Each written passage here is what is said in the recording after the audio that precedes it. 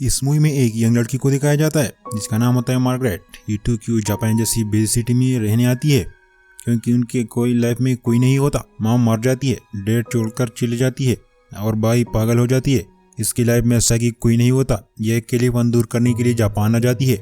यह इनकी दो दोस्त होते हैं, बस बेस एंड एसन। ये प्रोनाउंसिएशन टीचर के जॉब करती है, मतलब जापान की जो औरतें होती है उनको इंग्लिश जुबान सिखाती है। ज्यादा सैलरी नहीं होती, बस उनकी खर्चा चल जाती है।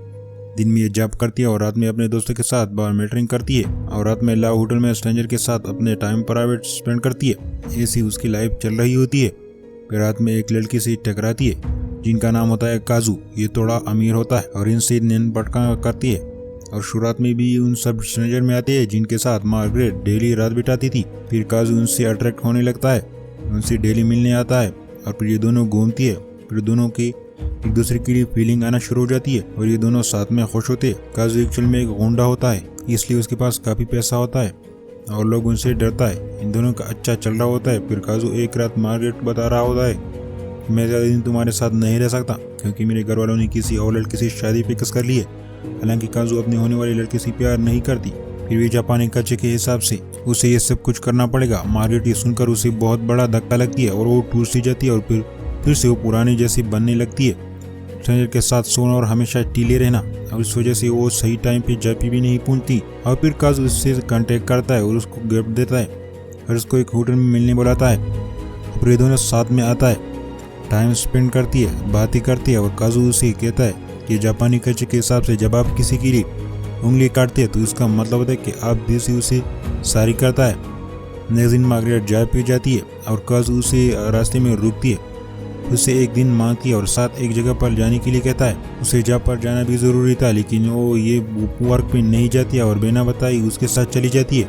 और ये उसे ट्रेन से एक जापानी मंदिर जैसी जगह ले जाती है। उसे कहता है कि तुम्हारी फिर से जन्म हुआ है, तुम लाइफ में मूव ऑन हो और फिर से एक न्यू लाइफ स्टार्ट करो।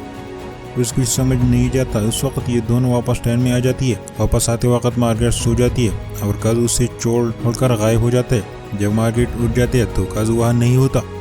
तो मार्गरेट बहुत सैड हो जाती है। इसके बाद जब ये जॉब पे चली जाती है तो देखती है कि उसकी जगह कोई और लड़की हायर कर दी है और इसको अपने पेमेंट देकर वहाँ से फारिग करती है। और फिर इसकी दोस्त इनेस भी जापान छोड़कर चली जाती है और एक न्यू लाइफ स्टार्ट करती है। और इसका दूसरा दोस्त भी चला जाता है, सो इसके पास कोई भी नहीं होता, एकदम अकेली हो जाती है। जॉब भी गया, यार भी गया और दोस्त भी गई। और फिर रास्ते में चलती हुई फिर से काजू देखता है, उसकी फैमिली दिखती है और उसका पीछा करती है और उसकी होटल तक पहुंच जाती है और उसे प्रपोज करता है। बट काजू उससे बोलता है कि मैं तुम्हारे साथ नहीं रह सकता क्योंकि मेरा काम बहुत डेंजरस होता है और मेरी शादी भी होने वाली है। काजू आंसू भी निकल आती है। फिर मार्गरेट यहाँ से जाती है और फुल पागल बन जाती है और ला होटल के गलियों में घूमती फिरती है।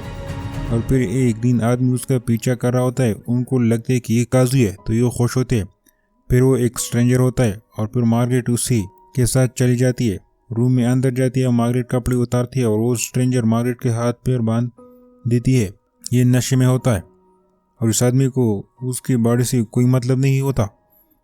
ये एक साइको किलर होता है और मार्गरेट समझ रही होती है कि ये एक डेंजर सिचुएशन में आ गई है, बल्कि ये डरती नहीं, उसे बोलती है कि मुझे मार दो, मुझे जीने का मन नहीं है। बट फिर बैकग्राउंड में हाथापाई की आवाज़ आने लगती है और काजू यहाँ आ जाता है और उसको बचा लेता है। और मार्गरेट को खुश होती है कि उसको इसकी केयर और यहाँ तक फॉलो किया। इसके बाद मार्गरेट अपने लाइफ में मूव ऑन होती है और काजू ने अपने फिंगर काटे होते हैं। अगर आपको याद होगा, उसका मतलब काजू ने मार्गरेट को बताया था कि काजू और मार्गरेट के बीच जो हुआ था उसके बारे में सारी बोलने का एक तरीका था, इसलिए उनने फिंगर काटी है। और मार्गरेट उसे बोलती है कि अभी मुझे समझ में आ रही है इस मंदिर के बाद जो तुमने मुझसे बोली थी। और मार्गरेट भी अभी न्यू लाइफ स्टार्ट करने के लिए रेडी हो जाती है और जापान छोड़कर चली जाती है। ये जिस फ्लाइट में होती है उस फ्लाइट की एयर होस्टेस उसकी स्टूडेंट होती है। इसकी वजह से उस अपने आप पर प्राउड फील हो रही है कि मेरी वजह से किसी की लाइफ सेटल हो गई। और इस तरह उस मूवी की एंड हो जाती है। इस मूवी का मतलब होता है कि लाइफ में मूव ऑन कर सीखो और कभी भी हर लॉस मत करो। सिचुएशन जैसा भी हो, जिंदगी में आगे बढ़ो।